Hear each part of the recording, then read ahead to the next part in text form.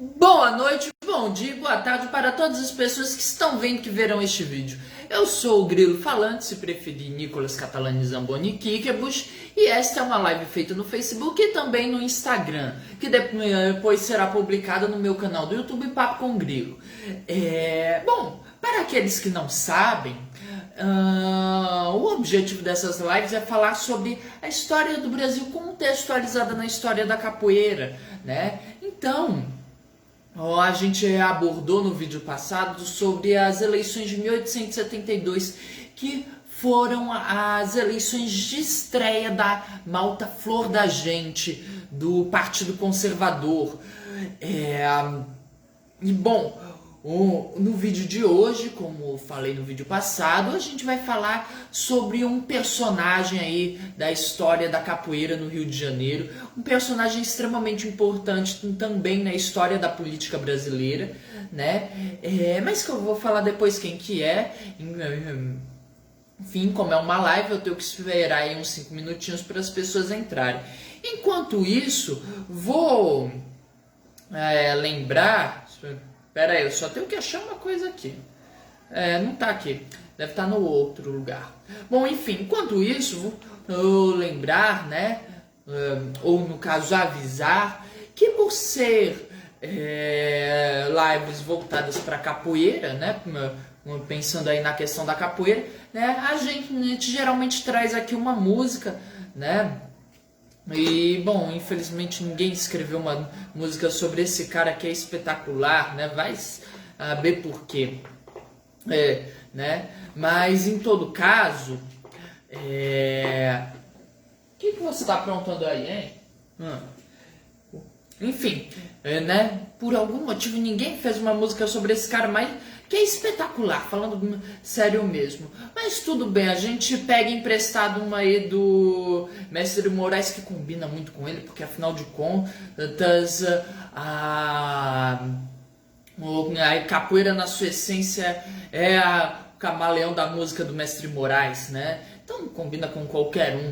Mas enfim, gente, pera aí, eu só tenho que achar uma coisa que eu esqueci de olhar, né?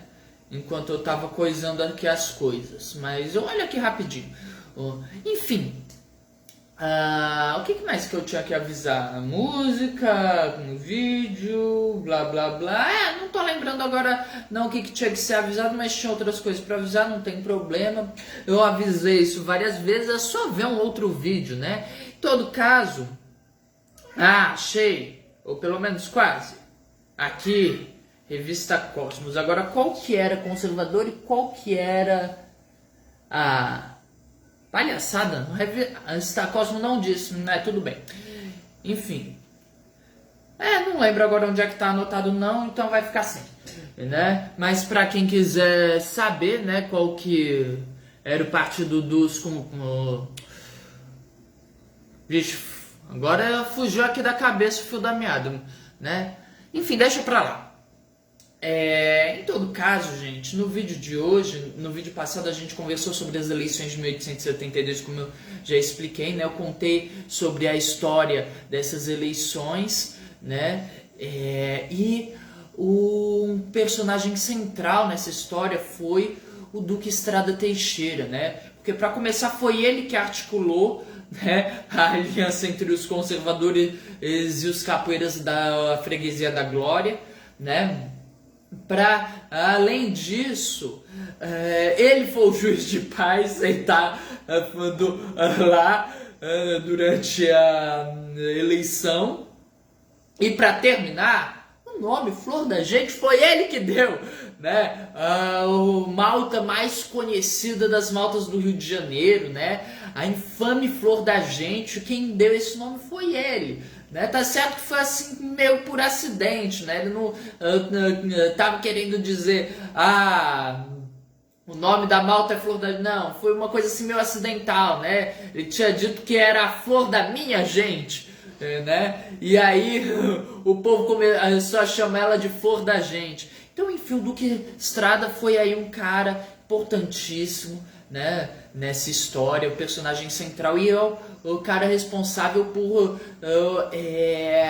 moldar a política do Império de 1872 até 1889, né? Porque foi ele que deu início ao movimento dos capoeiristas, né? Da aliança entre capoeiras e os partidos políticos, né? Que sempre teve essa coisa dos capoeiras servirem como capanga para político, né? Mas nunca teve uma malta inteira servir de capanga para um partido político.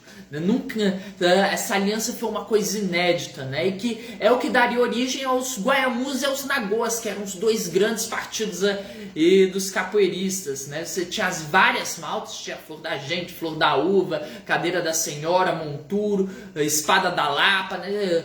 Tinha uma que eu acho o nome incrível, que é Malta dos Ossos, por causa que o ponto de encontro deles era a praça da igreja do Bom Jesus do Calvário, né? Enfim, e todas elas ou eram Guaiamus ou eram Nagoas, né? E isso foi iniciado graças ao Duque Estrada Teixeira. Isso é uma coisa tão importante, né? Uma coisa tão impactante, que eu falei para um professor certa vez, né? Que os capoeiras presos em 1889, finalzinho, né, em 1890, durante o regime aí do Cavanhaque de Aço, Sampaio Ferraz, né, os capoeiras presos nessa época essas prisões foram prisões políticas, né? E o professor olhou pra mim e achou que eu tava doido, né? Por que iriam prender nos capoeiristas, né? Por motivos políticos. Afinal de contas, o povo assistiu bestializado o movimento da proclamação da República, né? Que é uma verdade. Mas, né, isso aí tem tudo a ver com esse momento inicial, que são as eleições de 1872, porque os capoeiras ou eram do Partido Liberal, estavam associados ou aos liberais ou aos conservadores, e a registro aí de outras maltas para outros partidos políticos de menor expressão na capital do Império, né? Mas essa coisa dos conservadores e dos liberais é o que dá origem à Guarda Negra, que passou o ano de 88 e 89 todo batendo nos republicanos, né? Então, foram prisões políticas, né? Tem várias evidências disso, mas que outro dia eu falo. Porque hoje o objetivo é a gente falar do Nhonhô da Glória, né? Não que o apelido dele fosse Nhonhô da Glória, né? Nem sei se o Duque Estrada tinha apelido, né? Mas os jornais liberais gostavam de zombar dele e chamavam ele de Nhonhô da Glória, né? Então, gente, o Nhonhô da Glória, né, é assim um cara que eu gostaria muito de amar ele. Falando sério, eu gostaria muito de gostar dele, né? Mas é aquilo, eu não sou hipócrita, então eu vou dizer logo que eu tenho ricofobia. Já ouviu falar nisso? É fobia de gente rica, né? Gente rica não presta. Você já viu gente rica prestar? Não, não presta. E o Duque Estrada é de família rica, ele era rico, né? Então aí não dá muito certo, né? E é aquilo, o cara era incrível, incrível mesmo, sem brincadeira, né? Mas era do Partido Conservador. Onde já se viu alguém que presta ser do Partido Conservador? Você já ouviu falar de gente conservadora que presta, né? Ele inclusive foi um participante ativo do Ministério Por que eu deixei isso aqui embaixo? Né? Do gabinete Caxias, que foi um gabinete ultraconservador, né? Como é que um cara desse podia prestar? E você pode estar se perguntando, como é que então uma pessoa tão genial, né? O Grilo Falante pode querer gostar de um cara desses que era ultraconservador, mexer aí com os ultraconservadores, né? Porque, como vocês vão ver ao longo do vídeo, o cara era realmente genial, né? E além disso, ele é um cara dúbio, né? Ele era amigo do Ferreira de Menezes. O Ferreira de Menezes é só o jornalista negro e abolicionista que fundou a Gazeta da Tarde, que é um jornal que dá início no Rio de Janeiro às campanhas abolicionistas, né? Então assim, você vê que o Cabra era de fato um camaleão, né? Se tem uma coisa que explica o que o Duque Estrada Teixeira era, falando bem sério mesmo, era essa música do Mestre Moraes, né? que para aqueles que não sabem, né? Para aqueles que não conhecem essa música, deixei o cachiche longe, vai ficar sem cachiche então, né? Para aqueles que não sabem qual que é essa música, né? Ela é assim, ó. Pera aí. Se quiser mudar de cor, se quiser mudar de cor, basta que eu saia no sol.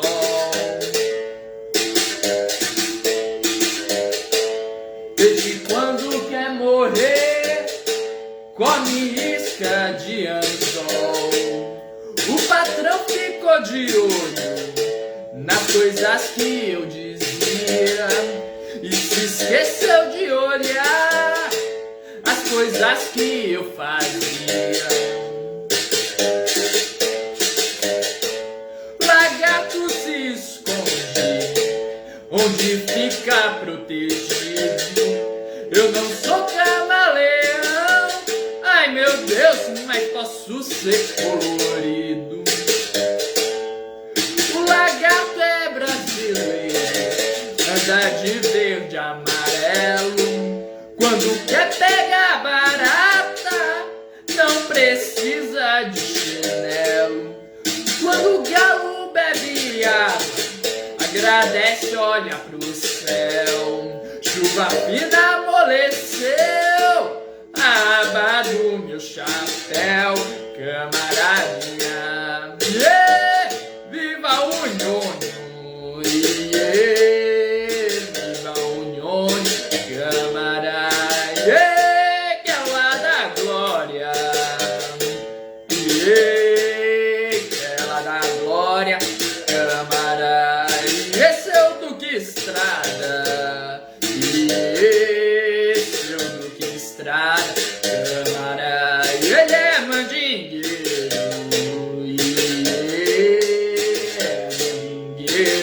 camarada, é cabeceiro,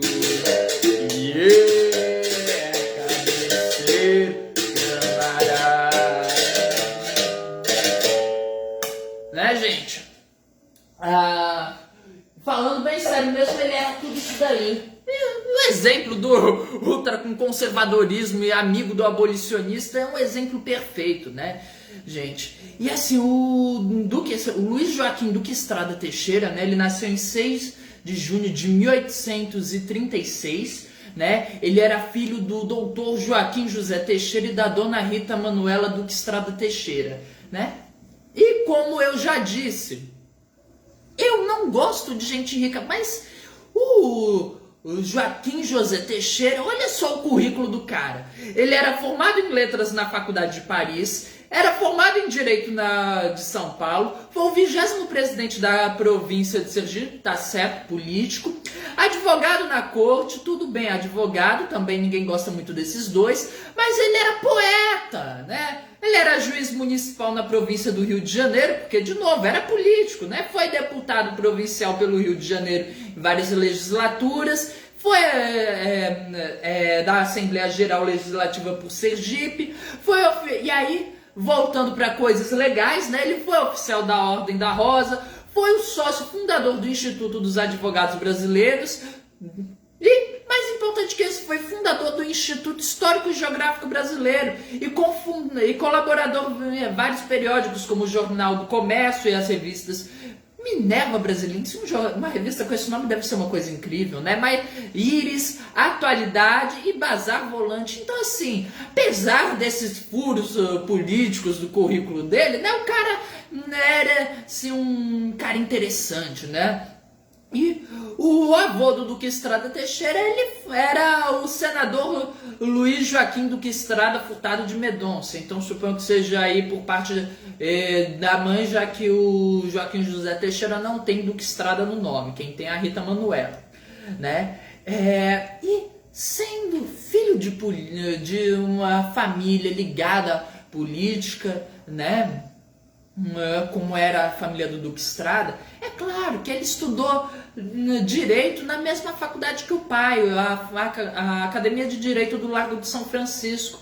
terminou o curso em 1859. E eu já fiz um vídeo falando sobre as ligações da capoeira com a Faculdade de Direito de São Paulo, né? Tem aí um vídeo, né? Para quem não viu, vai ver, né? Mas que desde a primeira metade do século XIX você tem os capoeiristas, você tem capoeirista no meio da Academia de Direito, né? Quer dizer, o capoeirista mais antigo que eu conheço, o registro ligado a essa Academia de Direito, né? Que tem capoeira lá, inclusive até hoje, foi um professor de francês que lutou nas guerras da independência lá na Bahia, né? E isso é uma coisa que, na minha opinião, todo mundo devia saber, mas enfim, o professor Alfredo Pinto, se eu não me engano agora o nome, eu devia ter anotado isso também, enfim. Só ver o vídeo da Academia do Largo do Direito que eu conto a história dele, né? As histórias dele, né? Se eu não me engano, tem umas 2 histórias que eu contei dele. Enfim, e o Duque Estrada Teixeira muito provavelmente aprendeu capoeira na Academia de Direito, né? Talvez tenha aprendido capoeira até junto com o General Couto Magalhães, né? Que era amigo dele. E o General Couto Magalhães, para vocês saberem quem que era, né? Ele que foi cogitado por ele criar uma escola de capoeiragem em São Paulo, defendeu que a capoeira devia ser ensinada para os militares em 1897 na 7ª Conferência para o Tricentenário de Anchieta, né? Onde ele disse o seguinte: o europeu luta com a espada, florete ou pau. O brasileiro luta com a faca e com a agilidade do corpo, tendo neste caso por única arma a cabeça e os pés, arma terrível para um bom capoeira. Este modo de lutar é também aborígene, e longe de ser perseguido como devia ser dominado, regularizado em nossas escolas militares, porque um bom capoeira é um homem que equivale a 10. E aí ele terminou contando que viu 20 soldados armados tentarem prender a um desarmado mais capoeira, que o capoeira derrubou todos e só pôde ser preso a bala, né? Então assim, 20 soldados, né? Pode parecer assim, uma coisa muito absurda, né? Até fantasiosa, exagerada, mas cara, se você ouvir as histórias que tem aí da capoeira, vai começar a ter dúvida se é fantasia mesmo, porque é muita história que é assim, né? Falando sério. Então, gente, o Duque Estrada como capoeirista, né? Eu não encontrei em nenhum lugar dizendo o quão bom capoeirista ele era, né? Não é o tipo de coisa que que se gostaria de deixar registrado na vida de um político importante como foi o Duque Estrada, né? Afinal de contas, a gente está no país em que as pessoas gostam de apagar aquilo que é negro, né? Então tem coisas absurdas tipo Machado de Assis, que era mulato negro, né? E que a única foto que todo mundo conhece é a única foto que ele tirou da vida e que ele ficou parecendo que era branco, né? Então assim, o Brasil é esse tipo de país. Então não sei o quão bem o Duque Estrada jogava. Eu sei que ele disse que a capoeira se pregava o uso do corpo como arma e que o uso de outras armas como facas seria um desvirtuamento porque um bom capoeirista não precisava delas, né? A gente pode presumir que se ele está dizendo isso é porque ele mesmo não usava, né? E a gente está falando de uma época em que os capoeiras todos não apenas andavam armados, como usavam armas de maneiras assim mirabolantes, né? Usava na mão, usava no pé, usava inclusive voando. Você prendia a navalha numa corda, colocava a corda no dedo e ficava girando assim a navalha no ar, né? Então assim, umas coisas assim, os capoeiristas usavam tudo que podiam de maneiras assim até mirabolantes, né? Como é a técnica da navalha voadora. E Duque Estrada disse que a arma era um desvirtuamento que não era preciso, né? Então dá pra gente imaginar que o cara fosse bom de capoeira, né? E aí, bom, enfim, saindo da academia que ele terminou em 1859, né?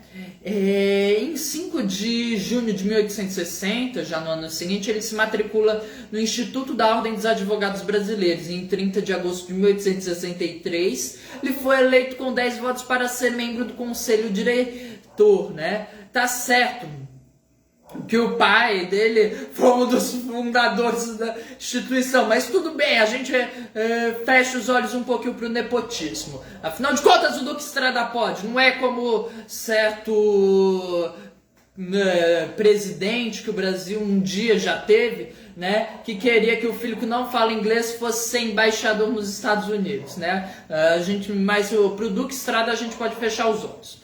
Enfim, e aí, como eu disse, o Duque Estrada foi um cara incrível, né?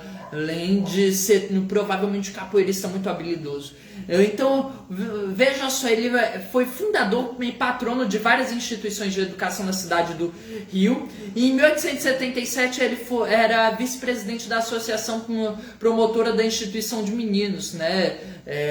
Tem uma carta dele na Biblioteca Luso-Brasileira que eu vou deixar aí na descrição do vídeo no meu canal do YouTube, inclusive se chama Papo com Grilo, vá lá ver, né, da visualização, vá curtir meus vídeos, se inscreva no canal se não é inscrito, enfim, né, em que ele tá lá, tá direcionado a ele como sendo vice-presidente, né, dessa associação, né, e tem também uma outra carta da UFPE para o conselheiro João Alfredo Corrêa de Oliveira, né, eu não parei para ler não, mas vou deixar aí, né? Caso alguém queira ter acesso, enfim. E o Duque Estrada, ele acreditava que a educação estava associada ao desenvolvimento econômico, né? Inclusive, ele chegou a discursar na Câmara a favor do barateamento do jornal, como era na Europa, porque, segundo ele, iriam se perder alguns contos de réis, mas em contrapartida o país ganharia em ilustração e desenvolvimento intelectual. E é claro que a gente está no Brasil, então votaram contra, né? Afinal de contas, para que serve a educação, né? É só privatizar tudo, né? Como tem doido aí que quer.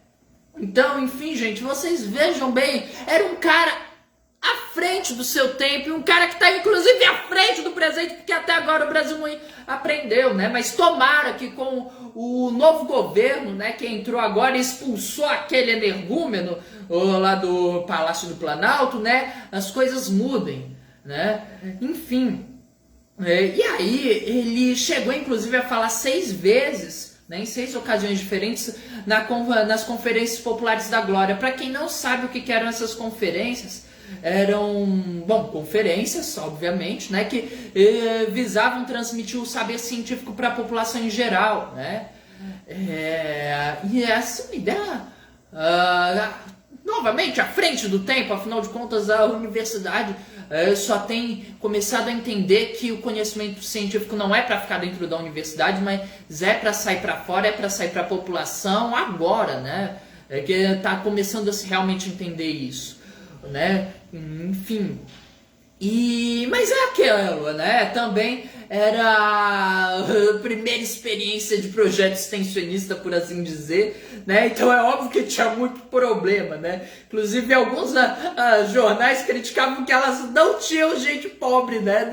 Ninguém que era pobre ia para essas conferências.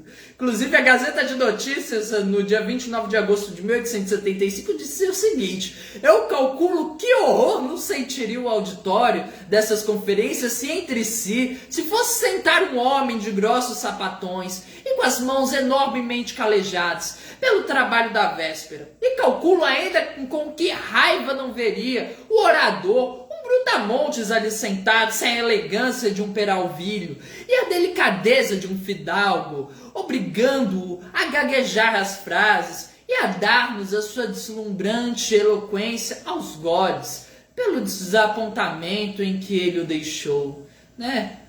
Enfim, né? Como vocês podem ver, coisa assim era uma coisa assim muito primitiva, né? Muito diferente dos tempos atuais, em que a gente conseguiu fazer o Enem, né? E começou a colocar a população mais necessitada nas universidades públicas, e que aí de repente começou a surgir um movimento para acabar com a universidade pública, porque afinal de contas onde já se viu filho de rico estudar, filho de pobre tirar o lugar de rico. Então, para começar, tinha que acabar com as cotas raciais. Afinal de contas, qual que é o problema da desigualdade social e racial existente no Brasil desde 1530, né? 1498, né? Afinal de contas, qual que é o problema, né? E a escravidão acabou não faz nem 200 anos, né? Teve mais de 300 anos de escravidão, né? Já tá igual, não, né? Então, assim, gente, como vocês podem ver, é o tipo de coisa que só aconteceria em um lugar muito primitivo, né? Como era o caso do Brasil no século XIX, muito diferente do que é hoje em dia, claro. Então, gente, o Duque Estrada, ele apresentou as palestras bibliotecas em geral, bibliotecas populares em particular, né, no dia 30 de novembro de 1873, considerações sobre a importância do estudo da geografia no dia 4, e influência da educação sobre a moralidade e bem-estar das classes laboriosas no dia 7, as duas em dezembro de 1873. Em 74, ele falou sobre as tragédias, as peças, né? A Ésquilus, Prometeu, nos dias... sobre a peça Prometeu de Aésquilus, né? No dia 3 de maio. E 21 de junho, sobre Dante no... Vixe, não, pera aí. Aqui o português ficou estranho. Pronto, foi a Aésquilus no dia 3, Prometeu no dia 21 e Dante no dia 8 de novembro, tudo no mesmo ano, né? E, enfim, ignorando aí as questões literárias, né? As palestras que ele deu, biblioteca em geral e biblioteca popular em particular, né? Não estava falando de qualquer tipo de biblioteca, estava falando de biblioteca para a população em geral, né?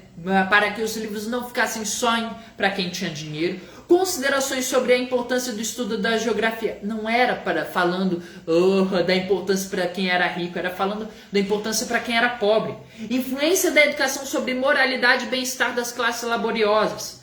Tá certo, a gente está falando de algo feito no século XIX, então se entende que os problemas do mundo é porque as classes trabalhadoras eram muito negras e muito indígenas e tinham que ser europeizadas, né? Tinha que se chegar à luz da civilização ainda, tudo bem, né? Mas olha qual que era a preocupação dele, né? Inclusive nessa das bibliotecas, ele falou da importância de fazer não só mais bibliotecas populares, como também baratear o custo do livro. Enquanto tem certos energúmenos hoje, né, que são capazes de apoiar um energúmeno maior que quis taxar o livro, né, gente? Então, olha só, é um cara à frente do tempo, inclusive à frente do presente, já que quase metade da população brasileira conseguiu votar naquele ser abjeto, né?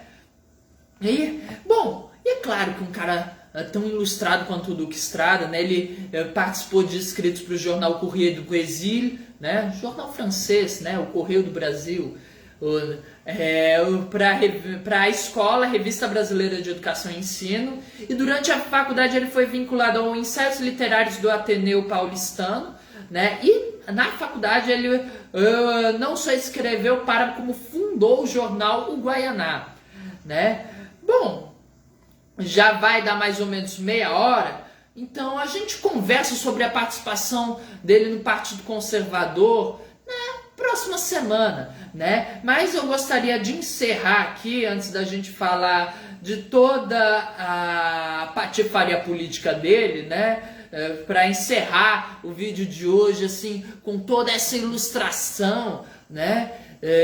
Que o Duque Estrada merece, né? Ele morreu em 9 de setembro de 1884 e o Periódico do Brasil no dia 10, né, no dia seguinte, escreveu uma homenagem para ele, né?